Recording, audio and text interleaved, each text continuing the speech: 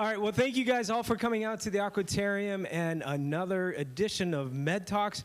And thank you for Brockville Hospital Foundation, and that is a foundation, right? Yes, I did get that right. And for Brockville General Hospital folks for coming out and helping us with this next installment of MEDtalks, which I believe is on mental health, right? Yeah, I can tell them. I just did. Okay.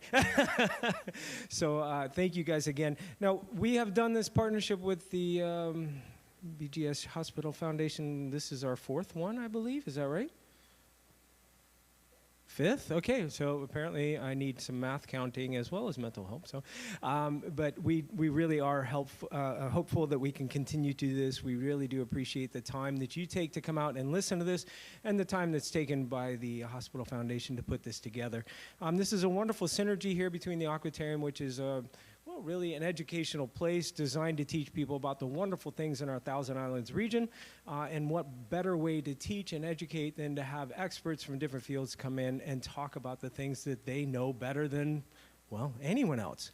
So without further ado, I'm Thomas Harder from the Aquatarium. I'm the Executive Director. Very proud to have you all here and have MEDtalks happen again, and we look forward to more of them. I'm going to introduce my well, I don't know, longtime friend. Someone's been doing work with me here at the Aquatarium and now over at the hospital, Trish Billett, and we truly appreciate having you, and I'm going to turn it over to you. Thanks, Thomas. Thanks. Okay. Thank you. And thank you for everybody for coming and kind of going through the weather. Hopefully it'll be nicer when you go out than when you came in. But I'm excited about you attending tonight and the subject as well, subject matter. It really is an opportunity for us to talk to the community directly, to some of the service organizations that are here. I know there's a number of different folks, volunteers from the hospital, our board as well. So thank you very much. Can you hear me? Is that better? Yeah? Okay. All right. And MEDtalks itself is, again, we started that with the hospital, in conjunction with the hospital, to really empower community members to really ask questions, to be able to ask questions of, hospital staff, other community staff, bringing, real stories to you and connecting you with folks at the hospital. So that's one of the reasons we initially did this. And one of the other things is kind of dispel some of the myths out in the community, and not specifically about the hospital, but often about the subject. So thank you for coming. A little bit of housekeeping. If you have to go to the bathroom, go out these doors and around the back. There's a kind of a green wall there. There's bathrooms there. And please hold on to the railings when you come down, because it can be steep coming down from the back. The other thing is, I want to read this. Christine told me I needed to read it word for word. The session is being photographed and recorded, and by attending, you're consenting to the possibility that your image may appear publicly. The video of this event and all the resources provided will be available on our website at bdhfoundation.com.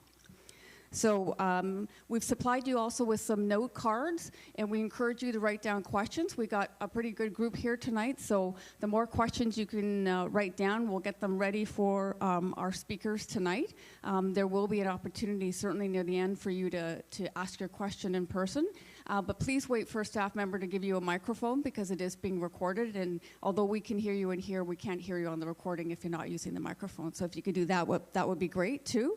We've also provided a short survey, if you could do that.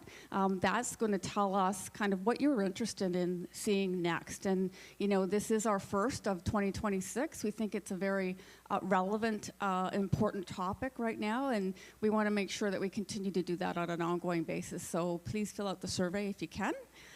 It's now my pleasure to introduce Julie Caffin, the President and CEO of Brockville General Hospital. Julie works tirelessly at Brockville General. She's a fearless leader there for, how many staff? 1,000, 1,200? Yeah, okay.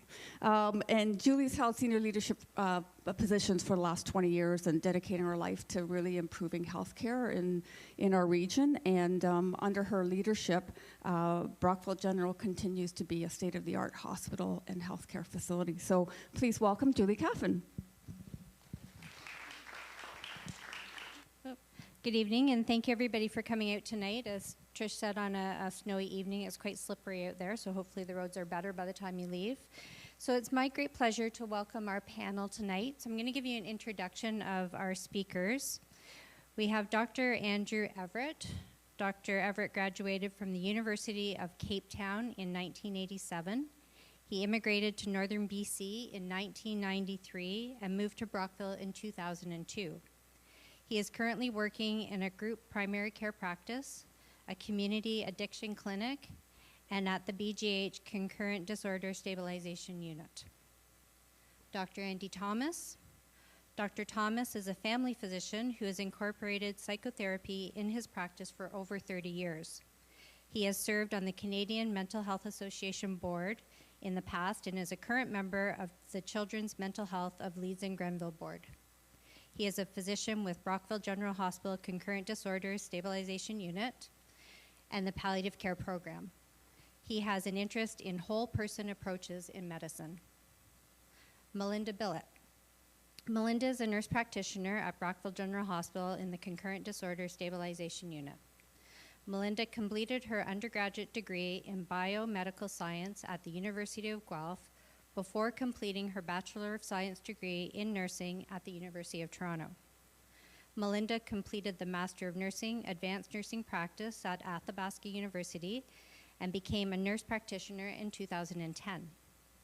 She started practicing nursing at Public Health before spending 11 years teaching nursing at St. Lawrence College in Brockville. During that time, Melinda also worked in various nurse practitioner roles, including primary care, residential treatment, and corrections. In January 2022, Melinda joined Brockville General Hospital to support the development and opening of our CDSU. Jess Besharah. Jess is a peer support specialist with the Concurrent Disorder Stabilization Unit. She has over 25 years of lived experience as someone who uses substances. A graduate of the St. Lawrence College Addictions and Mental Wellness Program, Jess has become a passionate advocate for safer substance use and a firm believer in equality for all substance users, initiating many conversations to end the stigma surrounding substances and the people who use them.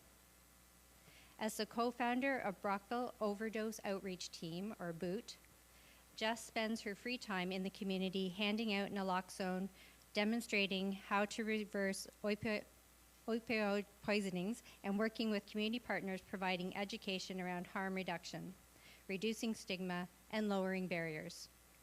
She works with organizations such as Ontario Drug Policy Research Network, Canadian Addiction and Mental Health, and Public Health Ontario as a lived experience advisor as they work to change harmful drug policies, with the University of Toronto developing and delivering substance use education across health science programs currently being rolled out to universities across the country, with the Leslie Dan Faculty of Pharmacy to reduce stigma and discrimination within community pharmacies. And she has co-authored over 20 papers published in multiple journals on the subject. Please join me in welcoming our guest panel.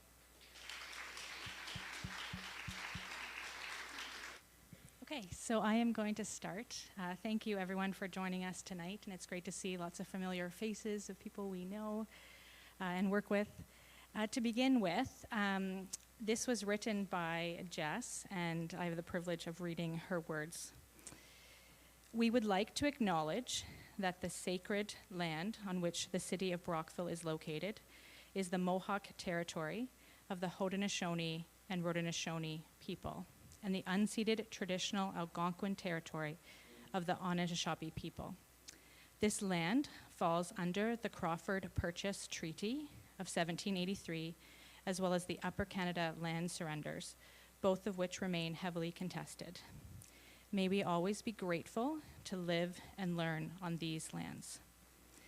We would also like to recognize that Indigenous people have and continue to face higher rates of violence, death, incarceration than non-Indigenous people. At the same time, Indigenous people are resilient and resourceful.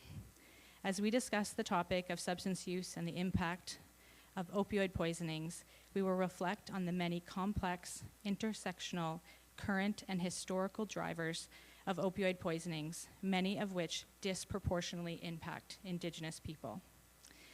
We would also like to take this time to acknowledge and remember the lives lost in our community due to drug poisoning. Each loss is deeply felt by family and friends. I think we can all recognize this. However, we rarely hear about the impact on the larger community, specifically our frontline workers. Words cannot summarize the impact that this collective loss has had. Each and every one of these deaths were preventable. Our hope is that you walk away tonight understanding that we all have a role to play in creating change. This crisis demands a collective response where every voice and action count. Staying informed, supporting initiatives, and challenging stigma are some of the ways you can help shift the narrative, strengthen our community, and contribute to the solutions rooted in compassion, dignity, and evidence. So this is our overall outline that we want to speak about. We are planning to sit for the majority of it and speak to you and hopefully have it be more of a conversation. The beginning is a little bit more academic, so I'm going to stand here with my notes. It's a bit easier, and then join the rest of my colleagues. But our plan is to, if I go back one, we're skipping ahead quickly. We're going to talk about what concurrent disorders are and then speak about barriers and impacts that we see in our community supports and some of the things we see related to change and moving forward. I think our hope is that you hear our experience. We are each providers in this community. Know that a lot of what we share is from our own experience, and we definitely want to hear from you. I think if you have questions, we're welcome to answering as we go. Like I said, we'd like this to be a conversation. And if I'm not mistaken, today is Bell Let's Talk Day. If I'm correct, it's January 21st, so an appropriate topic for our discussion tonight. So the basic definition of concurrent disorders, which is what our unit is named after, is when an individual has both a co-occurring substance use and mental health disorder. This can be any substance. So in our work, we see individuals who use alcohol, who use opioids, including fentanyl and heroin, as well as Percocets, oxys, those types of things. It also can be individuals who use stimulants, cocaine, crystal meth, and cannabis, I think, are the things that we see the most. So of those are the main areas that we are treating. And then the individual also is experiencing some kind of mental health concern. And we know Statistics Canada has said that in 2023, when they looked at the country, over a 12-month period, they indicated that the prevalence of depressive episodes in adults was 7.6% of the total population.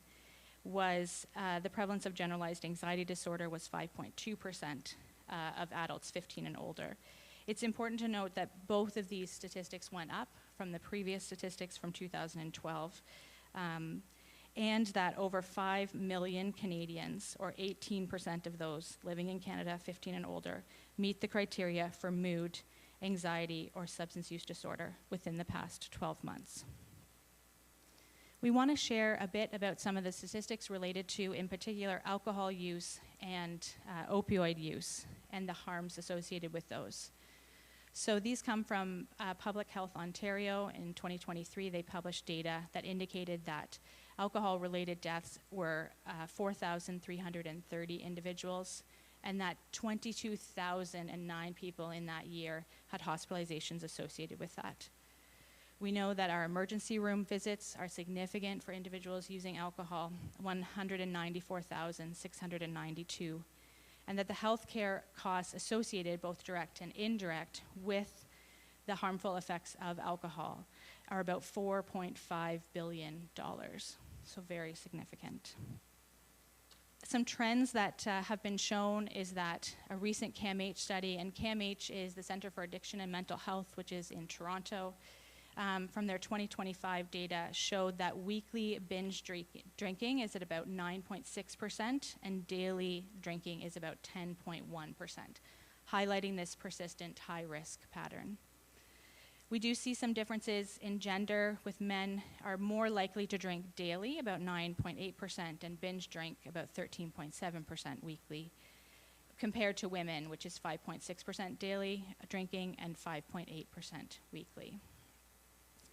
We also know that there can be differences in age, so younger people report alcohol-related harms at a higher rate than older adults. And we know that accidental drug and alcohol deaths nearly doubled during the pandemic, though these often did involve other substances. Something that I have noticed in my practice is, and this next slide speaks to that, so I'll pop over to it, is that alcohol is the most consumed substance in Canada and causes more harm than other regulated substances. And this in particular, this next point, is something that I spend a lot of time talking to our patients about, is the access to alcohol. So increased alcohol sales, expansion in Ontario does raise concerns about rising harms, with some advocating for stronger public health strategies. When we opened our program in 2022, we had a real intentional focus on supporting individuals using opioids and addressing the opioid crisis in our community. And in the almost 4 years we've been open, what has come to light is that the majority of people who come to our program, they come to us because alcohol is causing chaotic outcomes in their life. And that can be surprising because we don't necessarily think about that or associate that in our community. And one of the things I spend a lot of time talking to people about is, how do you navigate your next steps if less alcohol or no alcohol is your plan after being with us, when you can get alcohol anywhere? You can get alcohol in a gas station right beside the prime energy drinks that are sold to children. It's right there. It's so accessible in our community, and for those who are on a path of not wanting to use as much or at all, it makes it very difficult. I shared recently with someone, it used to be when you lived in a small town and there was an LCBO there, you could tell the person at the LCBO, I'm trying not to drink as much, or I'm cutting down, and that person at the LCBO was your neighbor, your friend, knew someone in your family, and they would talk to you about it, right? If you'd come in, they'd be like, hey, remember we talked about that? It's not like that anymore in our communities, where we don't have that one place where accessing that substance. It can be accessed pretty much anywhere. And for people who are at a place in their journey where they don't want to use as much or use none, the expansion and access to alcohol has made that more challenging for them. I'm going to go on and talk a little bit about opioid toxicity deaths in Ontario. There were 232 suspect drug-related deaths reported in December of 2025. So that is not the year, that's the month. And over the past 3 months, October 2025 to December 2025, there were 655 suspect drug-related deaths.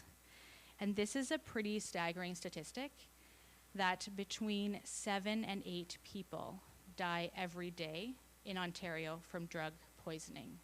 And that happened within the last month.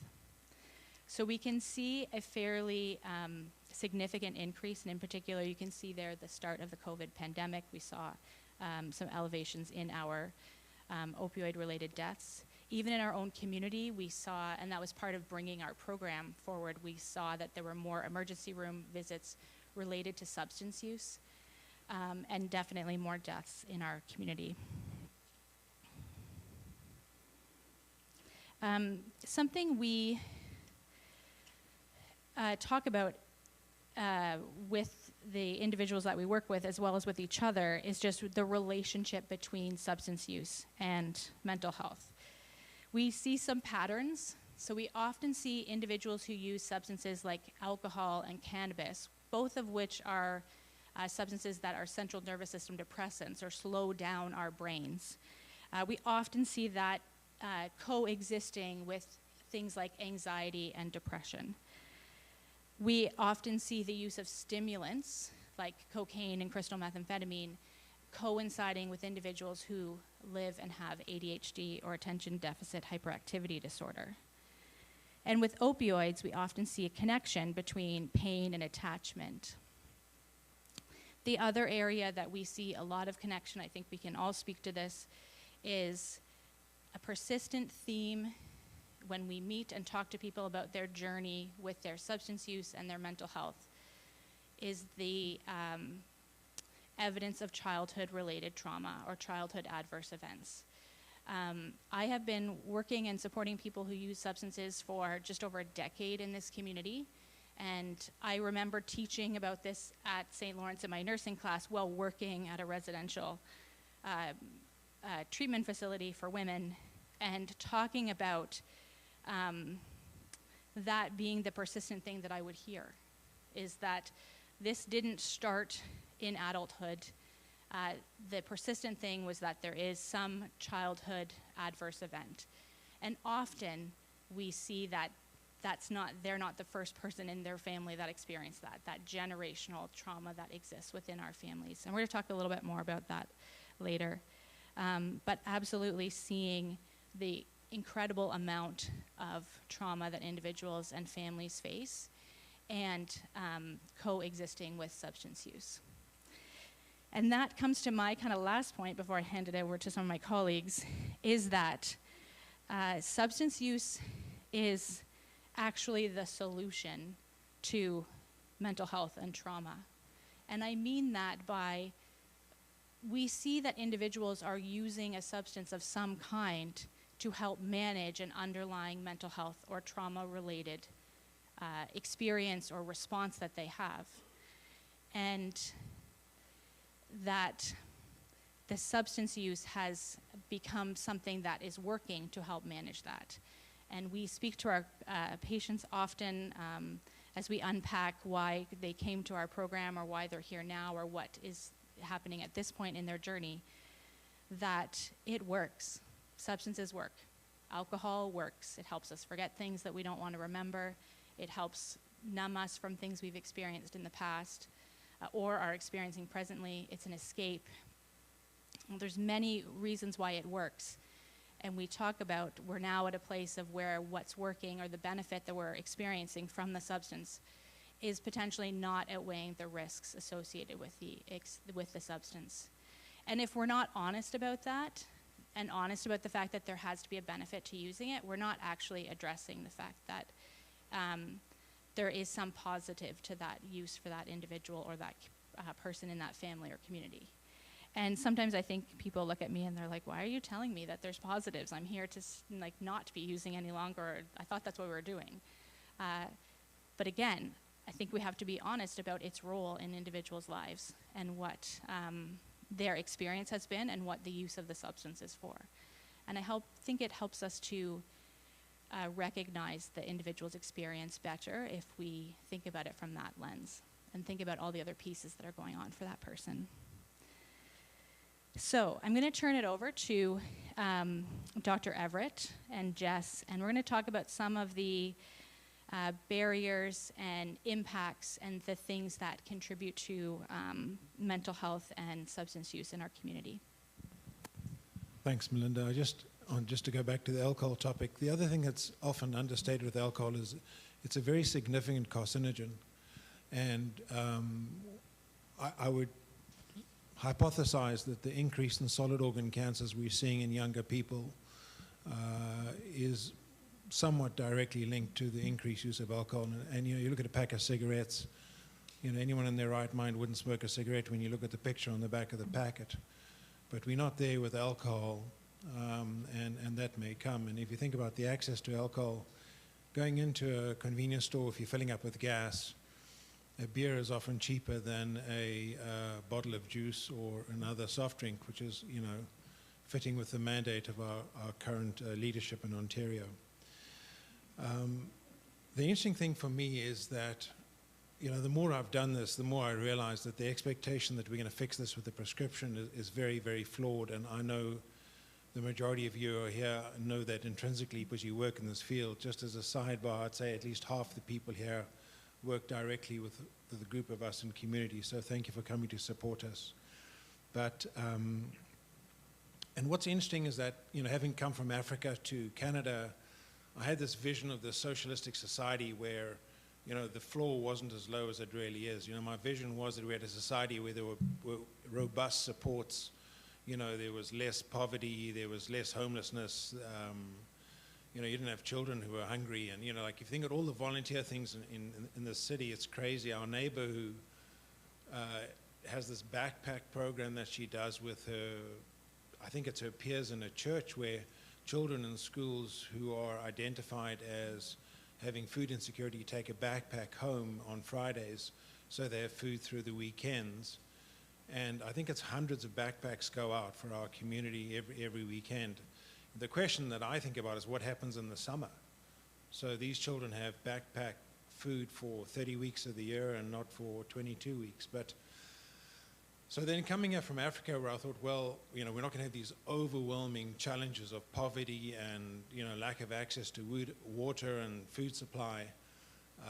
We have those issues in Brockville and mostly invisible. And if you don't think about it, we don't really identify it. So, the more I think about it is, unless we go at these issues upstream, we really aren't going to change it. The expectation on people who work in this sector, broadly I'll call it mental health or however you want to call it, is that we're going to fix this with a diagnosis, the right therapy and the right medication. We're not. People who are in this journey or experiencing these conditions may find their solution, and I think that's generally what it is. I think people who generally are able to put themselves in a more stable position where they're healthier and have food and housing security are themselves robust and have been able to patchwork together the necessary supports to get them to the right place. And it's certainly not rock bottom, which is great. One of the myths that we live with, well, you haven't hit rock bottom, you're not going to turn your life around. Well, that's a load of hooey, because really rock bottom for most people is death. So you're certainly not turning that around unless you're doing something in the afterlife. And that's another topic for another day. But,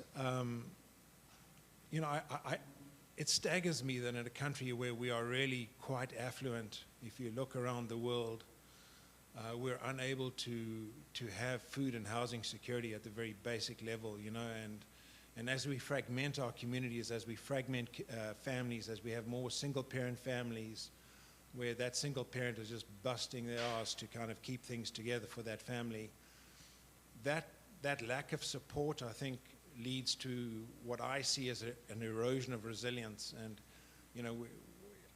it is fair to say that potentially the generation older than me were too resilient and sort of sucked it up too much, but potentially the generation behind are not as resilient. It's not their fault. I think it's a reflection of the way we live in our society. And we've sort of disempowered the school system. I don't know what you all feel about that, but I would think being a teacher in our public school system is extremely difficult nowadays because, the child might be hungry to start the day off, and we don't really have a breakfast program, but we do, and teachers bring bars and things to feed the children, and then it's very difficult to teach a big class of children. We have this divergence in socioeconomic backgrounds, divergence in learning abilities, and their hyperactive child is not actually a naughty child, but will become a naughty child because we just don't have the capacity to deal with that. So really, for me, I do think that unless we make some intentional changes at a macroscopic level to address these things, we're not going anywhere. And my heart sort of sinks when I sit in the office and I talk to someone where the family have such faith in us as healthcare providers that we're going to turn things around. It's overwhelming, and it's quite humbling because I know we can't. I hate to say that, but I know we can't change things. And we can be supportive, we can be empathetic, we can provide care in the right context. But I'm not convinced that we can actually, turn someone's life around who's been living on the street and surviving for 10 years, because that becomes learned behavior. And it's not bad, it's not aberrant. It's more visible in Brockville because I think we as a community, as bad as we may think we are doing, are actually more supportive of people who are struggling in this journey than communities around us. So I'd imagine some of the citizens in our community feel, there are too many people who are struggling with concurrent disorders and are homeless. But the reason they come to Brockville is we as a community are quite caring and quite generous, and we have lots of people whose day job is A to B, and they'll end up doing C, D, and E as part of their day job just because they feel it's the right thing to do. So I do think we are seeing a small but significant inward migration of people from communities around us in Lanark, Leeds, and Grenville where they have no supports or limited supports, and we have what we feel, because most of us here work in the sector, inadequate supports, but our inadequate supports are better than that. So really at a high level, this comes down to where our tax dollars go to and what decisions are made at a macroscopic level. I was heartened by the talk of our Prime Minister in Davos 2 days ago, but that's a long way from there to Brockville. So here you go, Jess.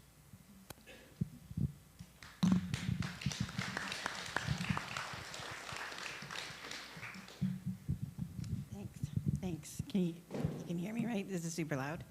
Awesome. Okay, so I guess the contaminated drug supply is.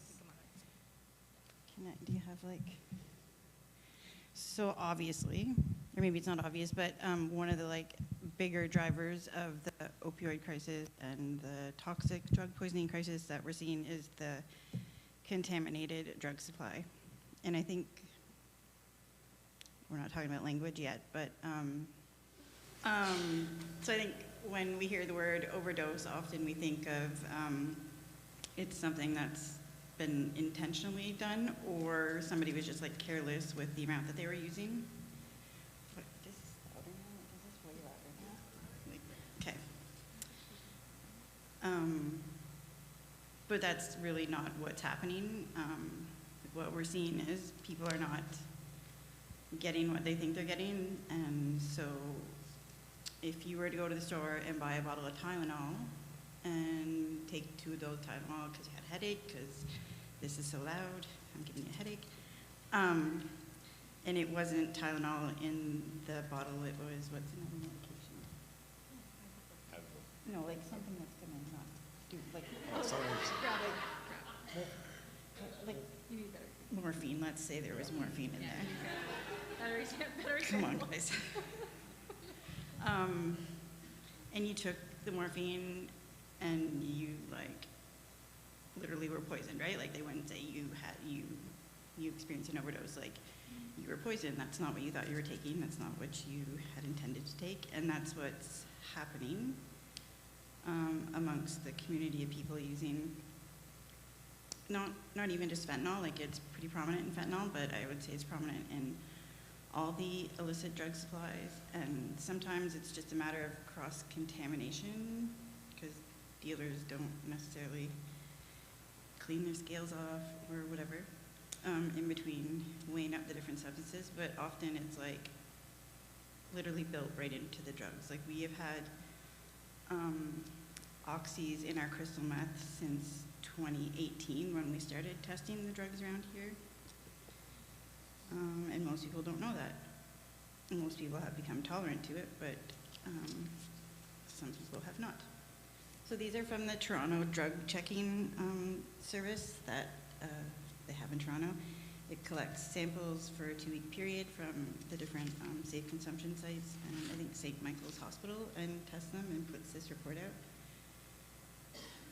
And just kind of some of the things I wanted to highlight, they're all not okay. None of the results are great, but 70% of the expected fentanyl samples did not contain fentanyl, but a different opioid, mostly fluorofentanyl or carfentanil, which carfentanil is 100 times stronger than fentanyl, and that for the most part, 85% had at least one other central nervous and or respiratory system depressant. Tranq, they usually call it, so it's large animal tranquilizers is what we're seeing, for large elephants and stuff, not meant for human consumption in any sense of the word. And combining the 2 of them together is obviously pretty dangerous. And it also means naloxone is not going to fix it, right? It's going to be helpful, it's going to take the opioids off the receptors, but it's not going to reverse any of the tranq, or often there's benzos mixed in there as well. So traditionally we had seen xylazine across the country really, but now they've kind of switched over to, I don't even know how to say this properly, medetomidine is how we're going to say it is. And they're both for large animals, like a tranquilizer, but people have become like accustomed to the xylazine. What's the word I'm looking at? Is that what I'm looking at? Tolerant, thank you. So the metadidine, we've seen like Toronto saw a huge spike in people experiencing drug poisoning started the week between Christmas and New Year's, like a big spike. And we will see that soon here because it always trickles down to Brockville. Next slide, ma'am. Okay, and then the last thing I just wanted to highlight was like the range of the substances found within, because it's not like fentanyl is like 100% fentanyl, right? Like it's a very small amount. So if we look at like the second piece there in the 31 samples, while 6% was the average, it's like between 2.5 and 12.3, like that's a huge range, right? And that's going to be the difference of somebody staying alive or not. The other problem with the supply is because it's not a regulated substance, none of them are, and they're not necessarily doing great quality checks with their substances. Somebody could buy like a bag of dope and split it into 10 equal parts and use 8 of those and be fine. And on the 9th, there was like a chunk of just solid carfentanil in there, which you can't really tell the difference between that and all the cut. And that's going to make them feel like those previous 8 times is going to make them feel confident to use maybe by themselves or in a place where people aren't necessarily going to check on them. But that like 9th time with that chunk of whatever, carfentanil, fentanyl, or fentanyl, whatever is in there, is going to be a dangerous amount and put them at great risk of experience of fatality. So I personally am a big believer in like legalizing and regulating all the substances. I think we would see a big change in everything related to drug use. If people had access to a regulated supply, they would be able to have stability in their life. Decriminalizing, ending the war on drugs and drug users would make a huge difference for people not to have to live in shame and fear every day of that. And the stability of the regulated supply, knowing what they were getting every day and knowing whether they could get it and that they were going to get what they wanted and they weren't going to get robbed or ripped off or harmed in any other way, would let people kind of take their life back, right? And maybe go back to school if they wished, or spend more time with their kids, or whatever their goals might be. And that's all I have to say about that, I guess. So drivers, and I think a lot of these are really, when you think of them, common sense, but maybe not always things that are looked at when people see somebody on the street and are like, why don't I just get a job and rent a house and be a human? But obviously, barriers to healthcare, lack of resources, trauma has been mentioned already, lack of shelter, stigma and discrimination, lack of family support or any support really. Just talked about the criminalization of drugs and of people who use them.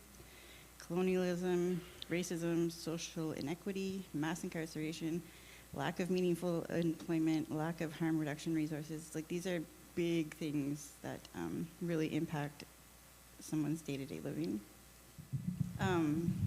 So stigma is a huge barrier for people who use substances, whether it's like been identified or not. There's a lot of people who work very hard to keep their substance use hidden from everybody, but that is a lot of work, and that means like when you go to your doctor, you're gonna lie and you're gonna not answer questions and not get the appropriate care that you needed, and I think there's a lot of fear behind that. You know, your doctor can pull your license, they can have your children taken away, they can really kind of wreck your entire life. Like, not that these guys would do that, though, because they're educated and kind and just great. But there's a lot of doctors who aren't educated, and to them, like, a dirty drug screen is equivalent to a bad parenting test, and is an automatic, like, take your kids away and we'll work back from there, which ripping families apart is never helpful. There's, like, obviously lots of stigma for people who have identified, or like life has just become very rough, or maybe their mental health means they can't or choose not to hide their substance use, like from not being let in the corner store because you look like you're going to steal something. Yeah, like, could you please? I think we have all seen or been with people who have been in a position where they were honest about their substance use, and that had a negative outcome for them in terms of their health care. So I was in a situation where supporting someone to access some surgery, worked very hard with the surgeon, had met with anesthesiology, had talked about what the expectations were around their substance use, and why the medical team had expectations around not using for a certain amount of time. And that individual met those expectations and arrived on the day of surgery and was a different anesthesiologist, and surgery was canceled. And that was a person who we had spent quite a bit of time talking about being honest about what they were using, and that we were there to support them and get through that. And so we appreciate that our healthcare colleagues have to make decisions and have to provide care and make decisions that they see fit in that moment. But that's one example of thousands for individuals who use substances and what they experience within our healthcare system. One that I'm particularly passionate about and was quite fortunate to do some research work with Jess about was around the language we use as healthcare providers and changing our language. I was very fortunate in nursing school to do a placement at Queen Street Mental Health Hospital in Toronto, which has been around a very long time. And I was on a unit with individuals who had schizophrenia, and this was post-deinstitutionalization of the mental health system, which for those of you who work in this know that means that at one point we basically decided that most people needed to be in the community who had significant mental health concerns. The individuals who lived in this hospital were not well enough to live in the community, so they stayed in the hospital. And I was on this unit, and the very first day, the psychiatrist said, we do not say the word, there is not an individual on this unit who is schizophrenic. This person has schizophrenia, and they also are X, Y, and Z. They are a parent, they are a child, they are a friend, they're good at this, whatever. And her expectation on that unit was that we were never to use the word schizophrenic, and she made that very clear to us as students, and I think every student that was there. But that was I shouldn't quite age myself too much, 20 plus years ago in that experience. And that stuck with me. And then I got this opportunity to meet Jess and do some work. And somehow we still thought it was okay, and I don't mean the collective we in the room, but in society, to talk about people as addicts and users, and that they're not doing their part in society. And so as a healthcare provider, I felt that it was very important that we spend time educating nurses about our language. Instead of charting addict, you can chart a person who used substances. Instead of charting relapse, you can chart a person who returned to substance use or returned to cocaine use. We can talk about use versus chaotic use rather than that they're a user or they have a disorder. And certainly there are terms that are used in the medical community to identify diagnoses, things like alcohol use disorder, things like that. But those don't label people. Those are people. Those are family members. Those are friends. Those are our colleagues. Those are our parents and our children. And I think we in society have an important role, and particularly in healthcare, to make healthcare more accessible, to change the way we use words, and to look at how we do that, and what is in our charts, what we say, how we communicate. Because even if you think it's just in a note, people see their notes. People know what's talked about them. And if it's in a note, then there's an attitude behind that. So I think that intentional use of our language, and if we as healthcare providers and social services workers and people in our community who are in positions of influence, if we change our language, we have the opportunity to impact what's happening in our community and how people see other people and the lens that they look through. You want to say any more about stigma? Okay. I want to say, I got lots more to say. Give me that back. Like along the lines of what you were just saying, I think a lot of times we get people come into the program and they often refer to themselves as an addict or alcoholic or some of the other language that gives me a stroke when I hear it. And I think at first we were hesitant to kind of challenge those words because that's how they identify, that's cool, but no longer is that the case. I think it's important to challenge people's language when they're referring to themselves or people they used to use with, and kind of like explain to them why and how the language that they're using is impacting how they see themselves and see their peers versus using like person first language. And the other thing that I kind of want to talk about with stigma is that just because a person stops using, the stigma doesn't stop there. Like it just like carries on and on and on. Like still to this day, if I have to go to the hospital here in Brockville where I work as the peer worker, meaning that I was somebody that did drugs, when they actually like see my history, you can see like body language change and care plan change, and you know, perhaps the reason I'm there is drug seeking, which is ridiculous. Nobody's going to the hospital drug seek. You can get way better drugs anywhere else.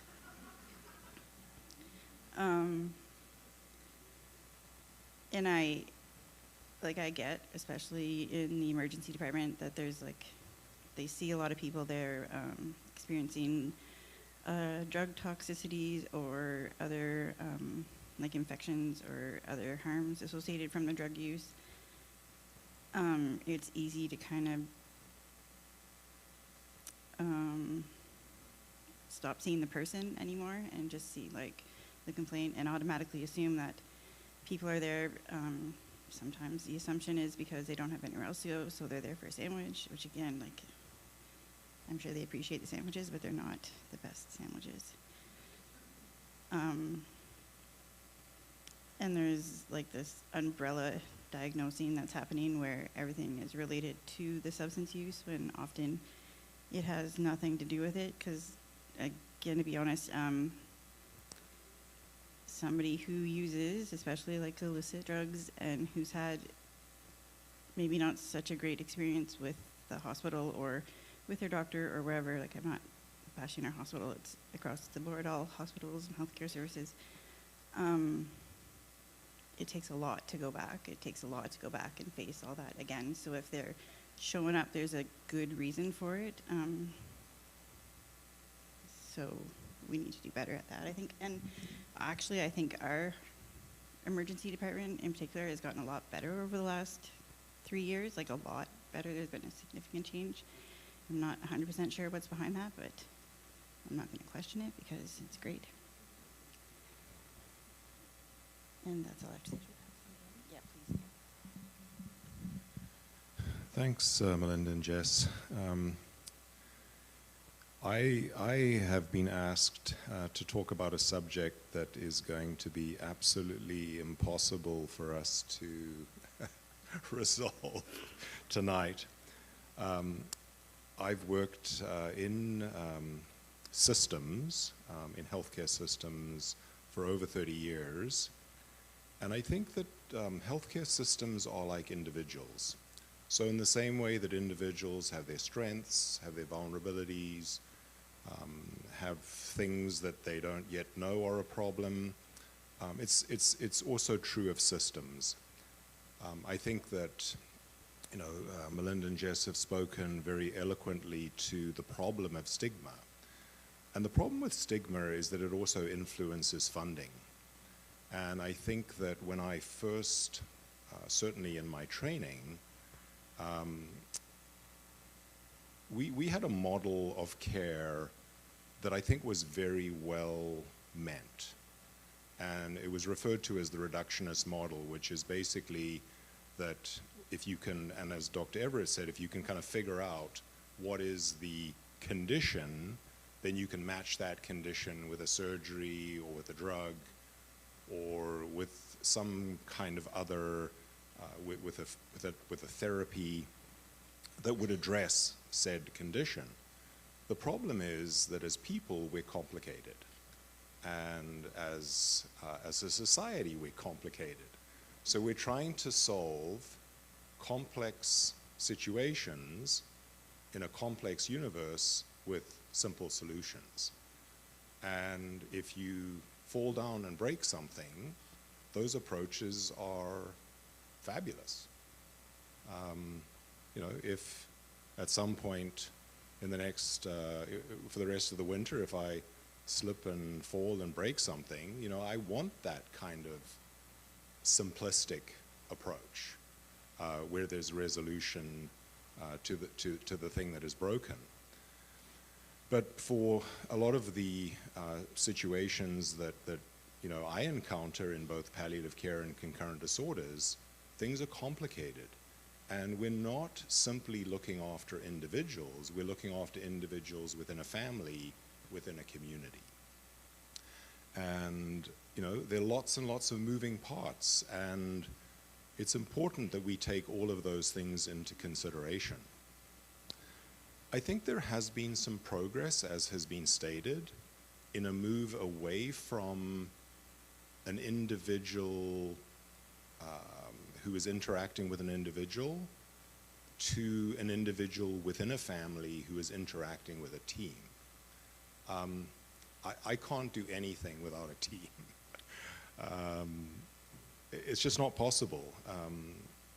So I think there has been a very important change in consciousness to understand that we need to move away from oversimplifying the concerns that people experience to understanding chronicity, which is how long something lasts for, and complexity, and applying, not just having it as an aspiration, but applying patient, family-centered, trauma-informed care that is delivered by a team.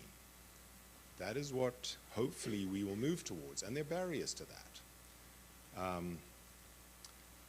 As has been stated, I'm on the board of Children's Mental Health, and I know how that agency struggles to make ends meet and struggles to meet the needs of the community with the dollars that are allocated. And that's true of every agency. So I'm hoping that if we continue, the fact that the CDSU exists is evidence that as a community, we are shifting in our attitude. So I think Jess was part of a group that got together to address some of the concerns about the topics that she's referred to.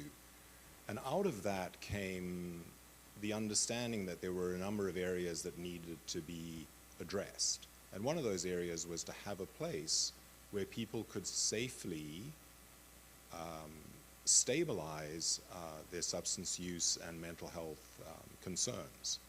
So the fact that CDSU exists is evidence that we're shifting in the right direction. But there are a lot of challenges. I think one of the big challenges as well is that we have all these separate, everything is separated out into ministries. So you have the Ministry of Health, and you have the Ministry of Social Services, and you have the Ministry of Education. And there's so much overlap. And yet, sometimes we continue to operate in these silos. A couple of things that came to mind while I was listening to the other presenters is the fact that we tolerate all kinds of hypocrisy. And one of my favorite stories in that regard is I was working in a small town in Saskatchewan, which will remain nameless, but the pharmacist in the town also had the license to sell alcohol. And so what would happen is people would go into the pharmacy, and the pharmacist was wearing the white coat and would say, you need to take this with food, and, FYI, don't use alcohol with this medication. A person would leave the pharmacy, they would then go, and the little ding, ding, ding thing would go on the door in the liquor section. And so then he would appear without the white coat and sell them the box of wine. So this is the reality that we live with. The other aspect I think there is stigma that is unacceptable and is ill-intentioned. But there's also ignorance. And I'm sure that my wife will not object to me, because we told this story many, many times before. She's a speech-language pathologist who's an employee of Brockville General Hospital who currently works at the health unit. And she was closing things down, and there was a gentleman that was at the front door. And so, she sort of asked him, well, can I help you with something? And he said, yeah, I'm looking for bubbles. And so, so the folk that know about bubbles are chuckling. I'll explain what bubbles are, but my wife didn't know what bubbles were, and so she went back she uses a lot of blowing bubbles in her speech therapy to help children to sort of get their oral motor planning going. And she said, is this what you're looking for? And this poor guy, he goes out to his friend in the parking lot and says, this woman want to try to give me these blowing bubbles. And so I went and spoke to one of Andrew's colleagues. And I said, what are bubbles? And they said, oh, no, those are the pipes that are distributed by the health unit. And anyway, so that was ignorance. And, my wife and I both now know what bubbles are. And, I've learned so much from these three. And I learn things every day from these three, and also the folk that we serve. My career in palliative care has been longer, and I think it's an attitude that allows us to learn from others. And I think it was about 30 years ago I said, you know what, every day I'm not sure who I'm going to learn something from, but I'm going to learn something from someone. And sometimes I learned from a patient who's experiencing a life-limiting illness. Sometimes I learned from their family member. Sometimes I learn from one of the janitorial staff at the hospital. You never know where you're going to learn something. And I think that we can talk all we like about changing systems, but at the end of the day, I think that what we need to focus on is our individual attitudes. And, if we can all collectively just be mindful of that, I think we're going to end up being in a better place in the future. Thank you.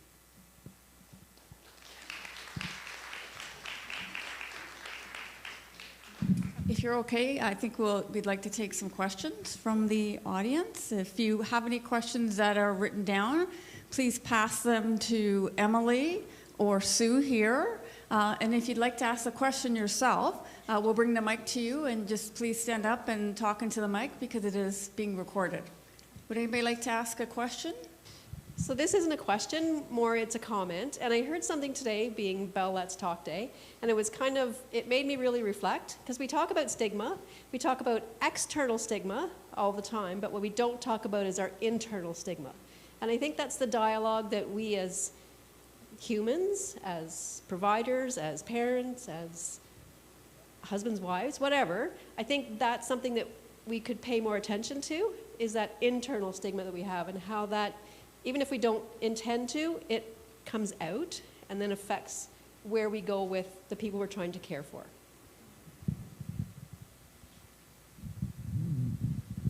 I think that is so important. Anybody who believes that they do not have bias is ignorant and lying. We've all been programmed.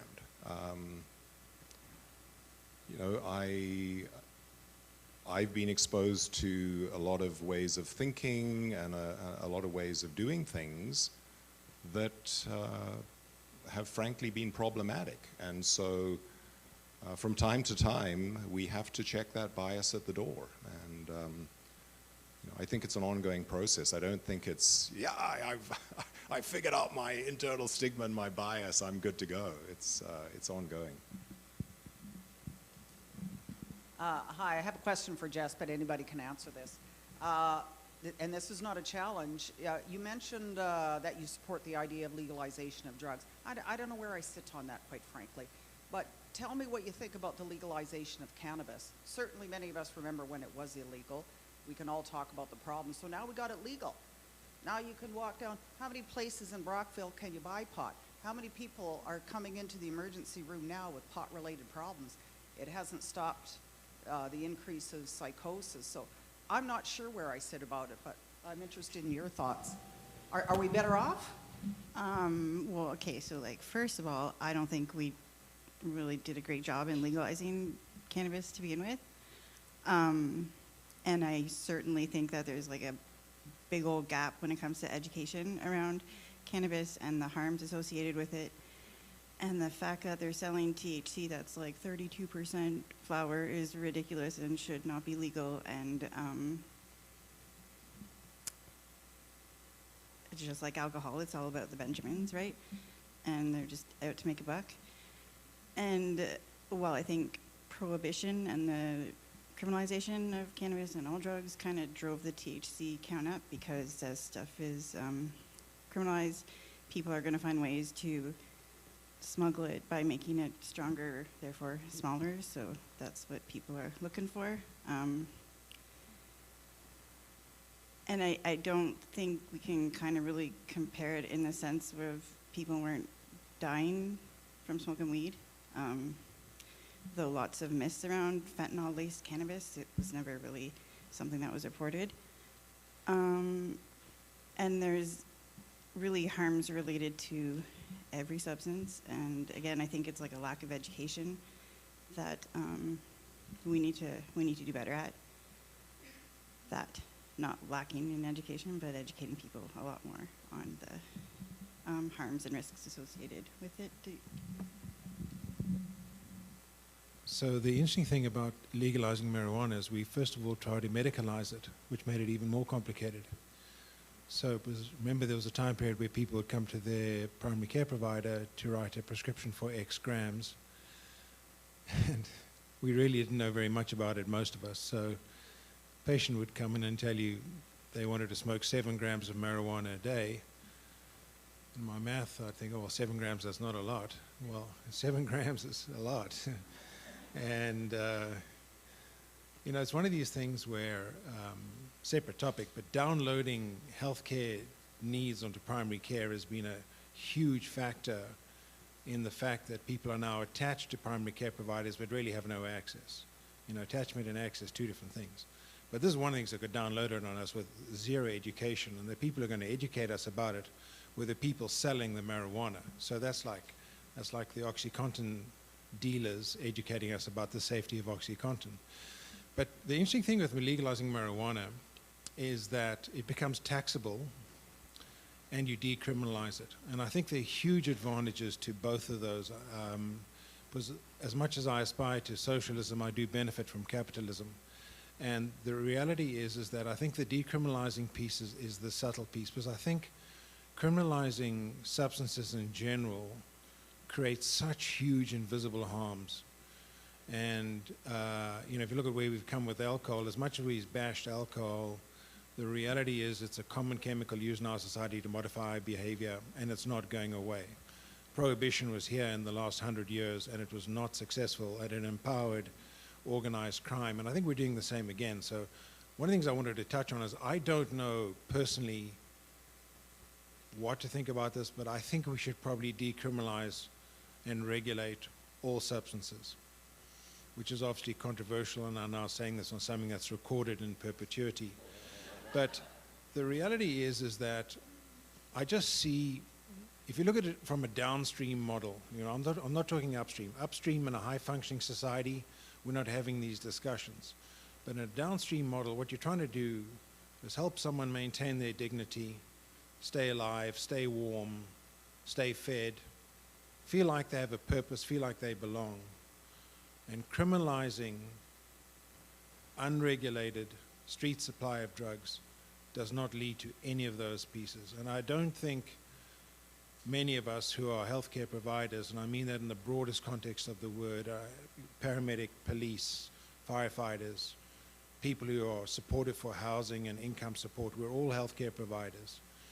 But I don't think we really have the courage to ask people what they have to do to get their drugs. Because if they were to tell us that, we would be so consistently horrified we wouldn't know how to deal with that answer. And so if you're someone who's struggling to get fentanyl and you have no money, there are not too many other options in how to pay for your fentanyl. It's either crime or your body. There's nothing in between those two things. So to me, for those reasons, I more and more think as a late career healthcare provider that probably legalizing and regulating these substances is the way to go. Not putting it in the gas stations, not putting it in the convenience stores, not putting it next door to the candy that the children walk past to get their candy. I'm talking about in the correct setting. And I do not think it should be medicalized either, because medicalizing it actually does it a disservice too, which is the problem with marijuana, because I think we medicalized it first. Anything that makes you run faster but run slower, grow taller but grow shorter, grow more hair but less hair, sleep better but stay awake, cannot be medicinal. And marijuana, I have been told, does all of these things and more. And I have no personal experience to base that on, but I just take the advice I'm given.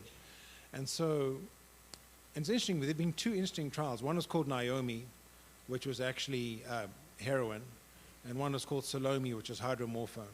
Hydromorphone's a medical painkiller. And they were both done over 3 centers. 2 of those centers were in Canada. Both of these trials came with regulated access to predictable chemical supply. So you knew what you were getting, you knew its strength. Both of these trials came with very high levels of support, and that's where we make a mistake. They worked outstandingly well. They worked better than anything else we can do for people with opioid use. But the reason they worked was A, because the supply was not toxic. In other words, people knew if they used 0.1 of a gram, it was of a predictable strength.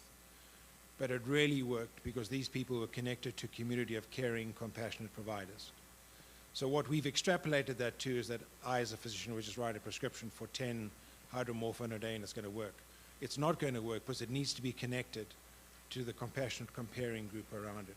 So my concern around safe supply is that it has to come with true intentional wraparound services. And that was tried in London, Ontario.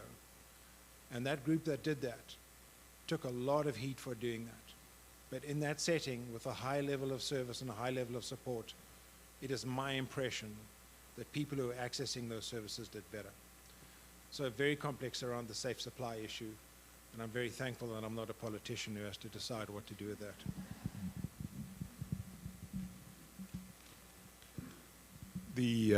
I think the question about whether we talk about cannabis, whether we talk about pharmaceuticals, whether we talk about alcohol, whether we talk about cigarettes, et cetera, et cetera, et cetera. is the fact that it is not actually the substance itself that creates the problems, it's everything that surrounds that substance. And I think some of the dependencies that are overlooked and are not considered in some of this are greed, power, and money. And unfortunately, there are so many examples of situations where if we were to just have a conversation on the basis of principle, we would come to a conclusion. But those principles get overlooked and massaged because somebody is profiting from whatever they're profiting from. So,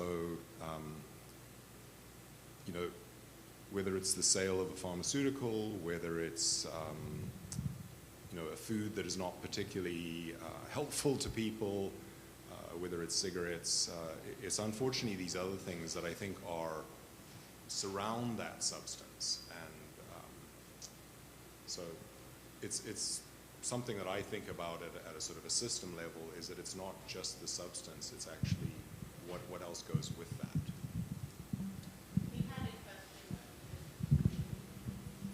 Hi. I just have a comment and then a question, actually. So, Dr. Everett, you had said earlier that, you know, when people come to see us as health providers, that we can't always help them. We need to fix the bigger systems. And I agree with you fully on that. But I did want to say to all four of you up there, being a social worker in this community for a long time, each and every one of you has helped someone. They've told me. And the reason why that happens, because of you four, is because you guys specifically create trusting relationships with people and give them true dignity and respect. So I hope you know that you really do help people because of the way that you treat them. And yeah. And the question I have is that I work in private practice, so I'm in a little bit of a different world with the clients that I work with. And sometimes I'm in a situation with people who have very serious addiction issues and aren't going to the CDSU because they do have supports at home and they do have some resources. But I'm able to support them in the mental health and emotional well-being, but medically, sometimes it's hard to help with withdrawal symptoms in the community. And I know doctors are fully flooded with so many patients, but do you have suggestions of how I help facilitate like an outpatient medical support? Yeah, it's complicated. So one of the things we're hoping with the Heart Hub initiative that's coming is that we'll have quicker access to medical withdrawal supports, because that's what you're thinking about, you're having someone you're supporting. But I think Debbie might be able to help in that role. So do you want to talk to that, Debbie, or is that something that, you know, because really what happens is that we have people with lots of experience. Debbie's embedded with, she's a nurse practitioner with years of experience in this journey, embedded with the paramedics and their outreach program through the, what's it called? Summit program. There you go. We have all these acronyms. But I just wonder if there isn't a way to do that, you know, because really I think community withdrawal is the way to go. I think it really is the way to go. We in the CDSU should be you know, we should be not the first checkpoint, you know. So do you want to talk to that, Debbie, or not?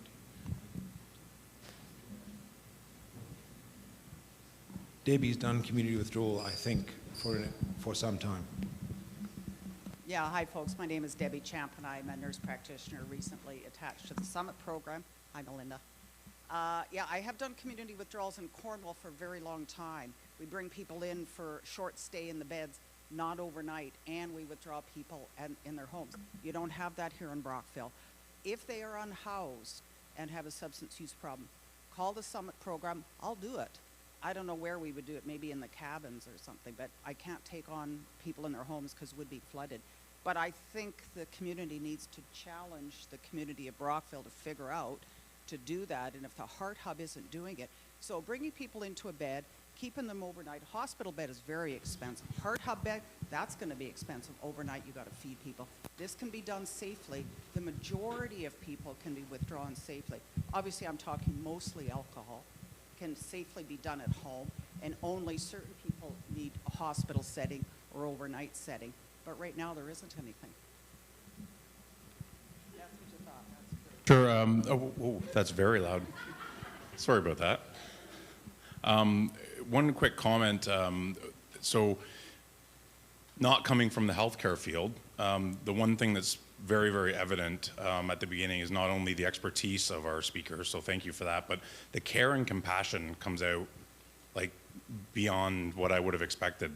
And so one thing I'm going to take from tonight is just the amount of care and compassion, and remembering that we all have to have that, and to also check my own biases and remember that those are important to look at on a regular basis and to approach things with more care and compassion. So thank you for that reminder, first of all.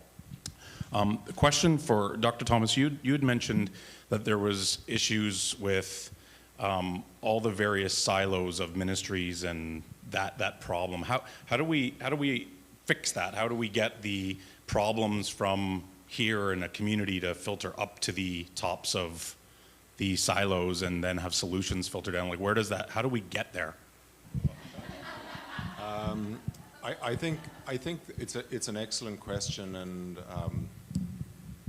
I think the only thing that I can look to is the experience I've had on the board at Children's Mental Health, where at one time, so at that time, Kevin Kapler was the executive director, and every kid in the community had become a very, very powerful group within the community to sort of get a lot of collaboration and cross-pollination. And I think that also at that time, Children's Mental Health had funding from a number of different ministries, so it was almost an automatic collaboration that happened because of where the funding came from. At this present time, all the funding for that agency comes from the Ministry of Health. And so then those other important ministries sort of become an afterthought. So I don't have a good answer, but I think it is not something that is going to happen at an agency level. It's going to happen at a regional level. And I think it's just, being aware of the fact that, these silos have developed to help, whether it's hospitals or agencies, be accountable for the dollars that they're allocated. But it kind of has this unintended consequence of not allowing us to understand the complexity of the things that we're hoping to make an impact on.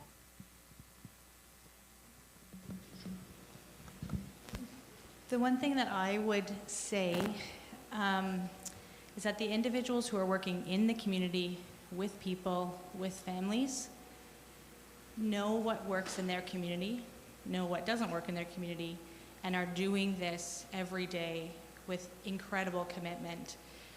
And the individuals who have lived experience, who have done this journey themselves, they are the knowledge keeper. And that needs to go upwards to the decision makers. And so if I was on a board or in senior leadership of an organization, and what I tell my own leaders is invite the people to have a voice who are the ones who are working, and in particular invite the people who have lived experience, because they know what works in their community, and we need that input and that knowledge to go upwards as much as we need the information that comes downwards from the ministries and all of those people. And that's, I think that the leaders, one of the best things they can do is give a voice to the people who are doing this work, and more importantly, giving a voice to the people who are living this experience.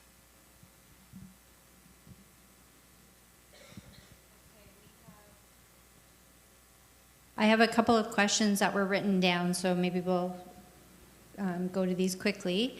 So on the same topic of what can we do, are there any other countries we could consider modeling towards meeting the complex needs of mental health?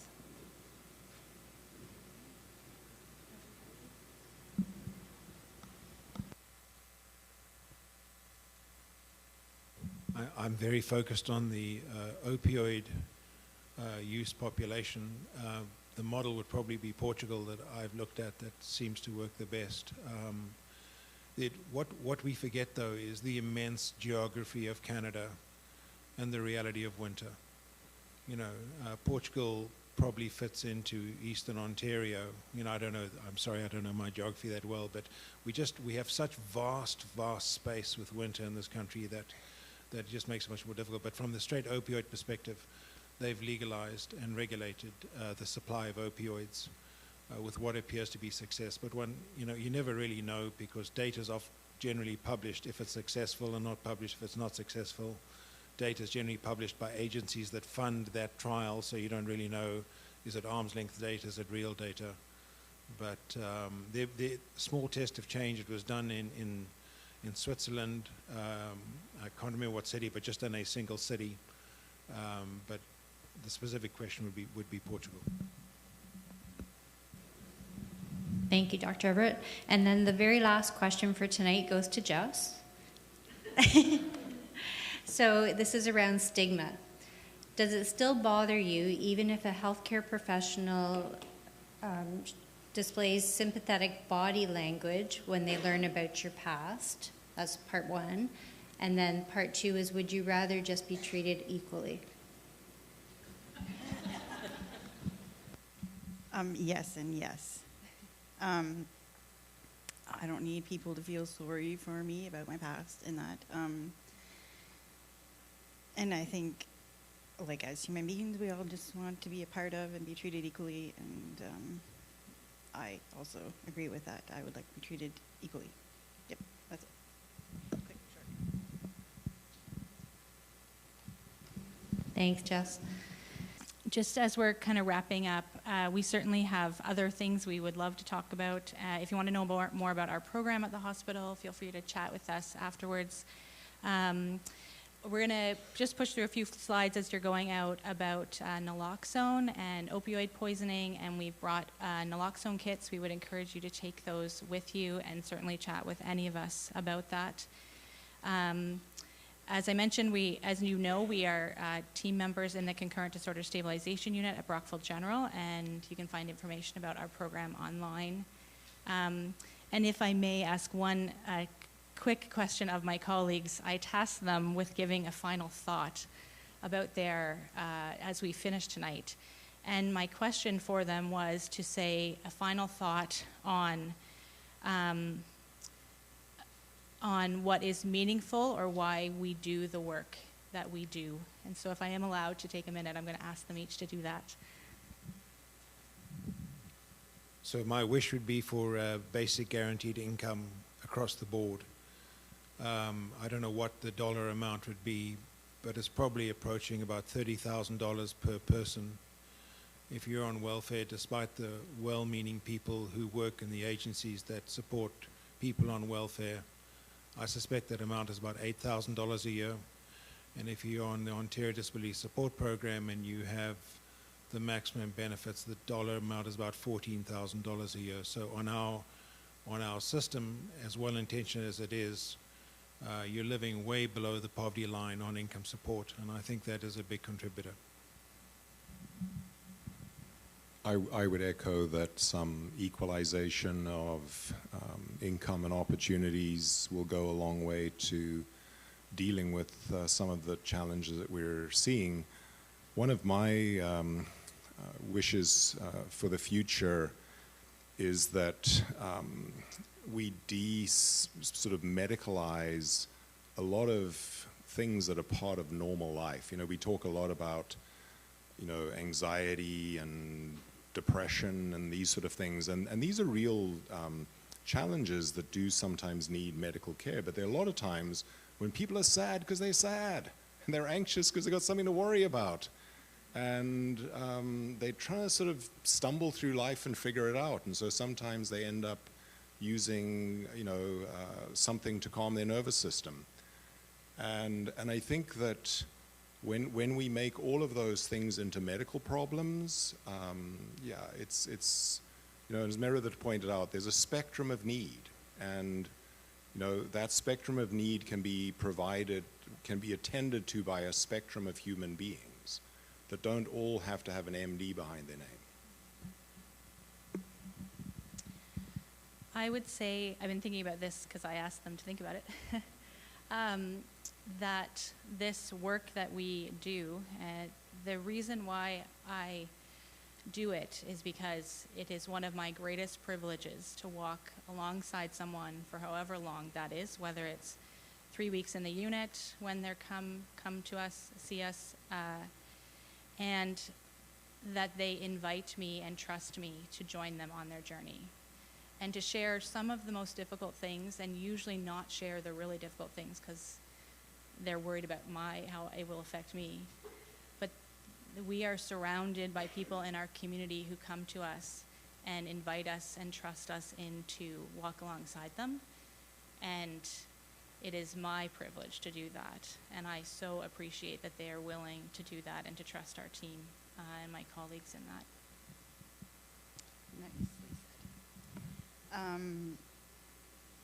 Okay, so if I had to have a wish, it would be that this sort of intervention narrative of don't enable and they need tough love and kick them out of your house, and that go to a meeting and go to detox and treatment and you'll be fine. I wish we could just forget that even existed. Because when someone's having a difficult time or stuck in chaotic use is when they need to be loved the most, not pushed away.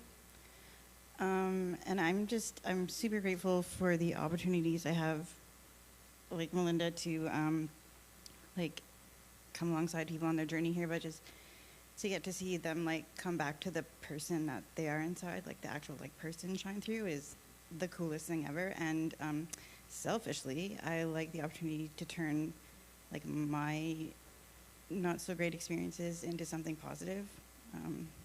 Makes them all kind of not so bad anymore.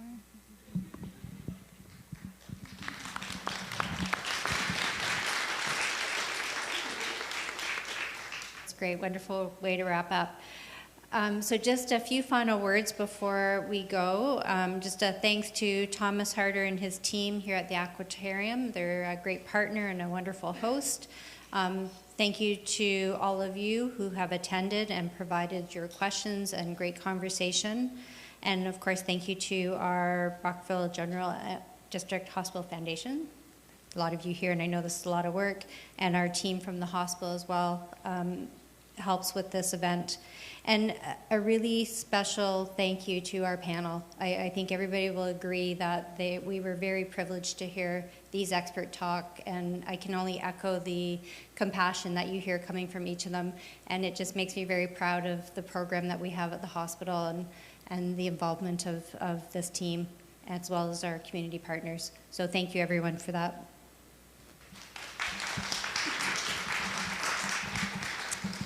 Emily and Mel have just a little gift to thank you for everything you did tonight.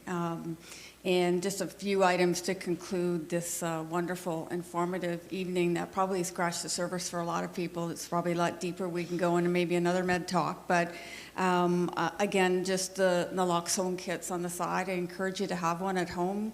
You never know, someone who might bring another friend home that needs it. You don't know. It's good to have on hand. So please feel free to grab one, but if you don't want to, that's fine too. We'd like to please fill out the surveys that we provided you, because they really are helpful for us. We'll work on those topics that you're interested in. Our next MEDtalks session is Wednesday, April the 15th, here again at the Aquatarium. Again, it's a wonderful venue for this, and we're going to be talking about cardiac care, preventative measures and heart health and things like that. And we'll have a specific person speaking about women's health heart, but we'll have others speaking about general and men's health heart as well. Thank you for attending. Safe travels home, and we appreciate you coming.